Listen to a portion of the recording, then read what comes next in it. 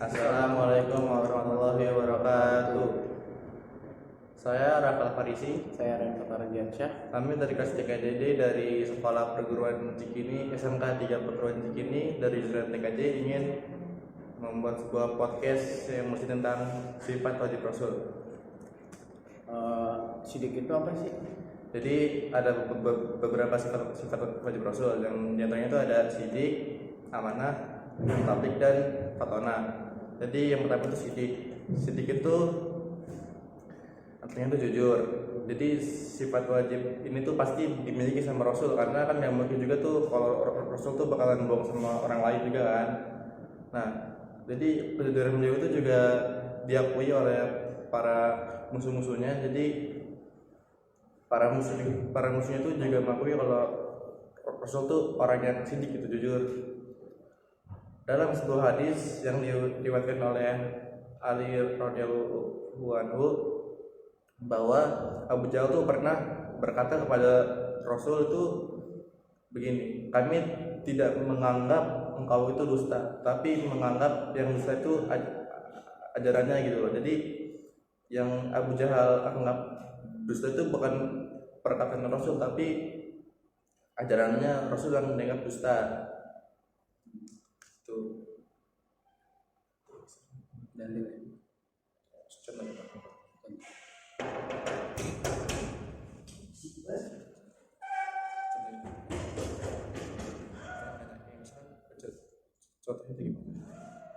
Contohnya itu kayak gimana?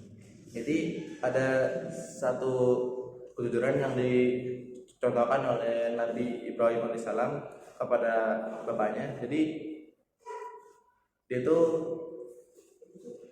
jadi bapaknya itu apa yang disembah oleh bapaknya itu adalah sesuatu yang tidak dapat memberikan manfaat dan malah mendatangkan mudarat.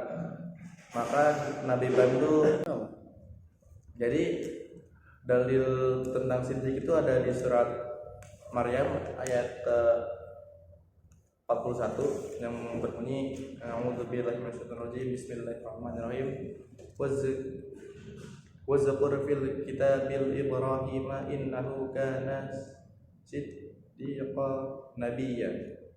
Artinya, dan ceritakanlah Muhammad kisah Ibrahim di dalam kitab Al-Quran. Sesungguhnya dia adalah seorang yang sangat membenarkan seorang nabi.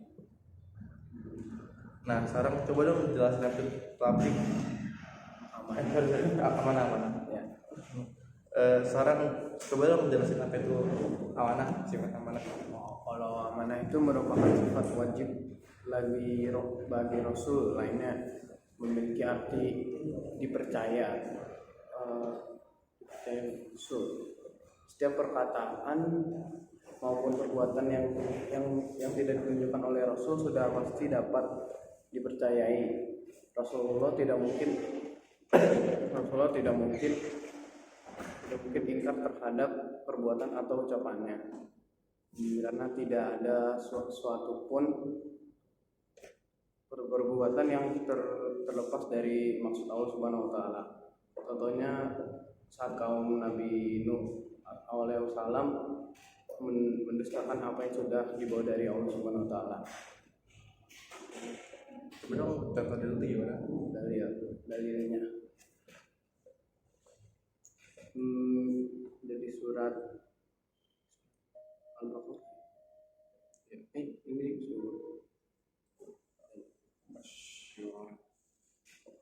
dalilnya itu ada di surat Asy-Syura 106 sampai 107, yaitu isfala lahum aquhum nuhun ala tatakun inni lakum rasulul amin, yaitu artinya ketika saudara mereka atau Nuh berkata kepada mereka, mengapa kamu tidak bertakwa, sesungguhnya aku ini seorang rasul kepercayaan yang diutus padamu. Sekarang kalau mau tahu tabligh itu apa ya? Nah, jadi sekarang itu kita akan bahas yang ketiga, itu tentang namanya itu sifat wajib Rasul, namanya tabligh. Tabligh itu menyampaikan. Jadi tabligh itu berasal dari kata balago yang artinya itu sampai. Dikutip dari buku Habib Umar bin Hafiz karya Almas Isa Malam, maksud dari menyampaikan itu sendiri adalah menyampaikan segala sesuatu yang benar kepada orang lain. Firman Allah dalam surat Al-Maidah ayat 67 yang menjelaskan tentang tabligh. Firman Allah Subhanahu wa taala dalam surat Al-Maidah ayat 67 yang menjelaskan mengenai tentang tabligh. Firman Allah Subhanahu wa taala dalam surat Al-Maidah ayat 67 yang menjelaskan mengenai tentang tabligh itu artinya itu, wahai Rasul, sampaikanlah apa yang diturunkan kepadamu. Jika engkau tidak melakukan apa yang diperintahkan itu, berarti engkau tidak menyampaikan risalahnya. Allah menjaga engkau dari gangguan manusia. Sesungguhnya Allah tidak memberi petunjuk kepada kaum yang kafir.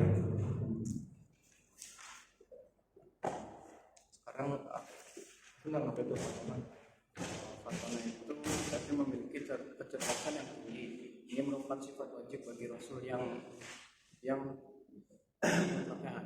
adanya. Rasul juga berperan sebagai tokoh Islam, pemimpin, panglima perang, pebisnis, politisi dan sebagainya semasa hidupnya. Nabi dan Rasul diberi kecerdasan oleh Allah Subhanahu wa taala agar mampu merangkul hingga memerangi kaum yang menolak keberadaan Allah Subhanahu wa taala dan tidak berada di jalannya. Selain itu juga mengajak mereka untuk berada di jalan yang benar dan diridai oleh Allah Subhanahu wa taala. Sekian dari apa yang dapat kita sampaikan dalam podcast. Kesimpulan yang akan kita ambil adalah kita sebagai umat Nabi Muhammad itu harus mengamalkan menjadikan sifat-sifat wajib Rasul itu sebagai menjadi pedoman dalam hidup kita sehari-hari. Sekian dari podcast yang kami sampaikan, kurang lebihnya mohon maaf. Wassalamualaikum warahmatullahi wabarakatuh.